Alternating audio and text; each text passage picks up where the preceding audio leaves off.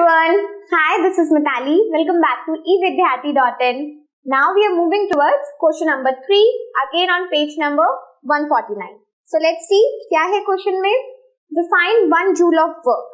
So इससे पहले आपने अगर questions देखे हैं, so what we were doing, सबसे पहले हमने देखा कि work किस पे based है, and then जिन चीजों पे वो based है, those are the factors जिस पे वर्क बेस्ड है, उसी का एक्सप्रेशन हमने डिराइव किया.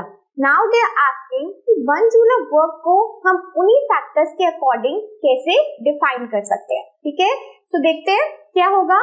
1 joule is the amount of work done on an object when a force of 1 newton displaces it by 1 metre along the line of action of the force. क्या मतलब है along the line of action of force का, यानी कि दोनों की direction अगर same रहती है तो हम क्या कह सकते हैं, 1 जूल. यानी कि अगर मैं 1 जूल किसी भी ऑब्जेक्ट पे ये कहती हूँ कि इस ऑब्जेक्ट पे कोई भी हमारे पास पर्टिकुलर ऑब्जेक्ट है, और अगर हम ये कहते हैं कि इस ऑब्जेक्ट पे 1 जूल वर्क डन हुआ है, तो कैसे होगा. अगर 1 न्यूटन फोर्स अप्लाई होने के बाद उस ऑब्जेक्ट में 1 मीटर का डिस्प्लेसमेंट आया है, so what we can say that the work done on the object is 1 joule. ठीक है, so I hope you have understood this question also. Now moving on to another question. Up till then, keep learning, keep watching. Bye bye.